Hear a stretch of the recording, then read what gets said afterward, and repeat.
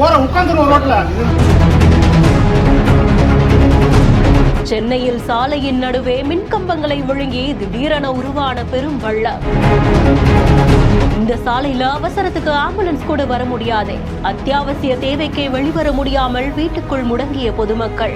சென்னை ஆலந்தூர் சட்டமன்ற தொகுதி மண்டலம் 12க்குட்பட்ட ஒரு சாலையில கடந்த சில மாதங்களா பாதாள சாக்கடை பணி நடந்துட்டு இருக்கிறதா கூறப்படுது. இந்த நிலையில திடீர்னு அந்த சாலையில 20 அடிக்கும் மேல ஒரு பள்ளம் உருவாகி இருந்திருக்கு. பள்ளம் பெரிதாக பெரிதாக பக்கத்துல இருக்கக்கூடிய மின்கம்பங்கள் உடைந்து விழுந்து மின்சாரமும் தடைப்பட்டிருந்திருக்கு. குடிநீர் குழாயில உடைப்பு ஏற்பட்டு தண்ணீர் ஊற்றின் காரணமா இந்த பள்ளம் ஏற்பட்டதா கூறப்படக்கூடிய நிலையில என்ன நடந்ததுன்னு விசாரணை நடத்தப்படுது. இந்த தெருவுல கிட்டத்தட்ட 20க்கும் மேற்பட்ட வீடுகள் இருக்கிறதுனால அத்தியாவசிய தேவைக்கு வெளியில வரும் பொழுது பொதுமக்கள் மிகவும் சிரமத்துக்குள்ளாகிறதா தெரிவிச்சிருக்காங்க.